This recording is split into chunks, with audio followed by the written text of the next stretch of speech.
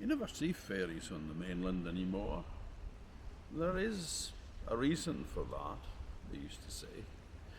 You see, a long time ago, the fairies had a terrible plague that broke out. It was an awful, awful thing. It was a plague of ministers, Church of Scotland ministers. And they hated the Trows, the fairies, and they were always preaching against them. And you know, they were kind of tender-hearted creatures as well, you know, apart from the obvious stealing baby stuff and all that. But, you know, they had feelings too. And so they decided that they'd had enough. They would gather one night when the moon was full on top of the Black Craig, which is just behind me, right there. So they gathered on that high spot of ground, and one of them had brought with them a Simon rope.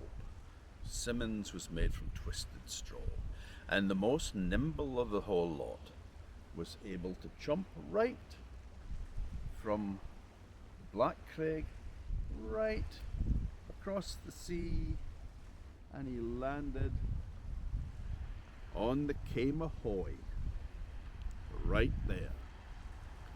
He fastened the rope, and then all the other fairies, they all ran along the rope all the way over to Hoy.